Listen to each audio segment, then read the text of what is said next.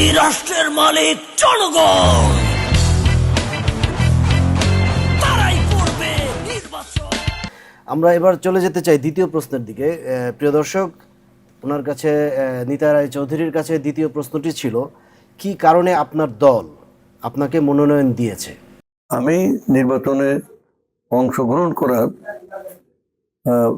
দুইটা দিক আছে। একটা হলো আমাদের পার্টির চাপ আছে, কারণ আমি পার্টির ভাইস চেয়ারম্যান, সিনিয়র লিডার আমি, তো সেই হিসাবে পার্টির একটা চাপ আছে নির্বাচনে আসা।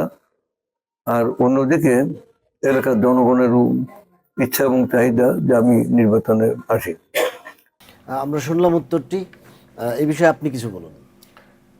উনি যথার্থই বলেছেন যে উনি যে মাপের হ্যাভি ওয়েট বলি আমরা যেটাকে, যে হ্যাভি ওয়েট একজন লিডার, এবং বলতে গেলে একটা দলের না, উনি যেমন আইনজীবীদের লিডার, উনি একটা বড় দলের, বাংলাদেশ জাতীয়তাবাদী দলের অন্যতম নীতি নির্ধারকদের একজন, একইভাবে উনি এলাকার একজন গ্রহণযোগ্য ব্যক্তিত্ব।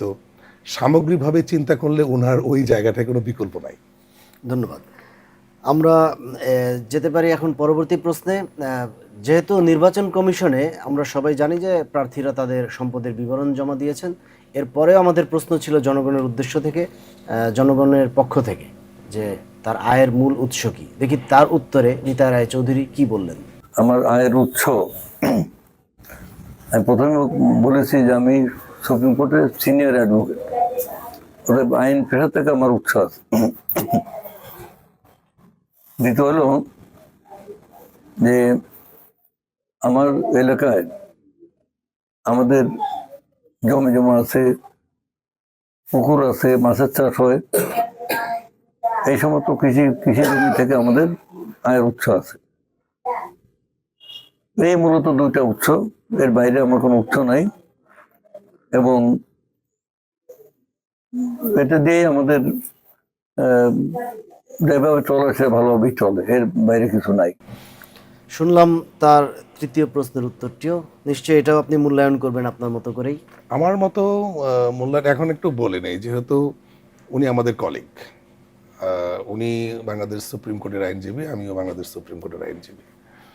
তো এখন হয়তো অনেকে ভাবতে পারে তাহলে আমি কি করছি না।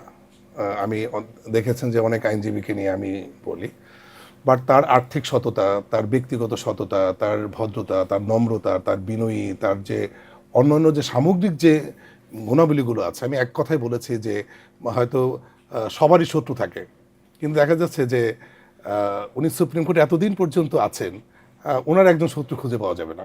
কেউ বলতে পারবে না যে ওনার কথায় কেউ আহত হয়েছে, কষ্ট পেয়েছে। ওনার বিনয়টাই মানে অনেক আপ টু দ্য মার্ক, এবং ওনার আর্থিক সততা নিয়ে আমরা সবসময় আইনজীবী হিসাবেও গর্ব করি।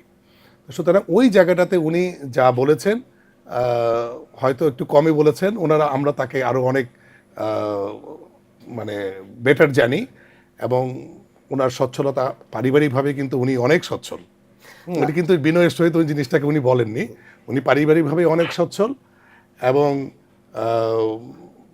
আর যদি সুপ্রিম কোর্টের আইনজীবী হিসাবে বলি, সেই হিসাবেও এই জায়গাটাতেও কিন্তু উনি যথার্থ।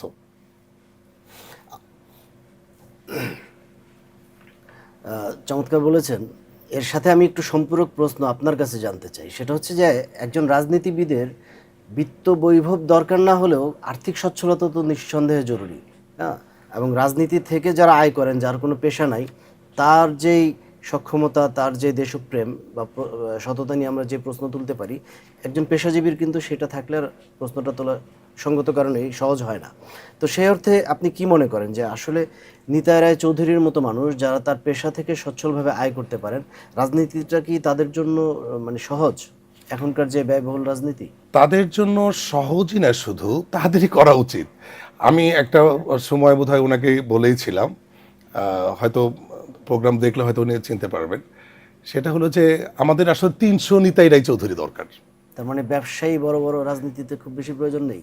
না, এটা আমি কথার কথা বলছি যে আমরা যদি সত্যিকার পরিবর্তন চাই, আমি মনে হয় এটা ওনাকে বলেছিলাম যে ওনার সেই লোভ নাই, ওনার এটা প্রয়োজন নাই, ওনার মানে অবৈধভাবে অন্যায়ভাবে 2 টাকা ইনকাম করতে হবে এই চিন্তা তার মাথার মধ্যে নাই, দরকারও নাই তার।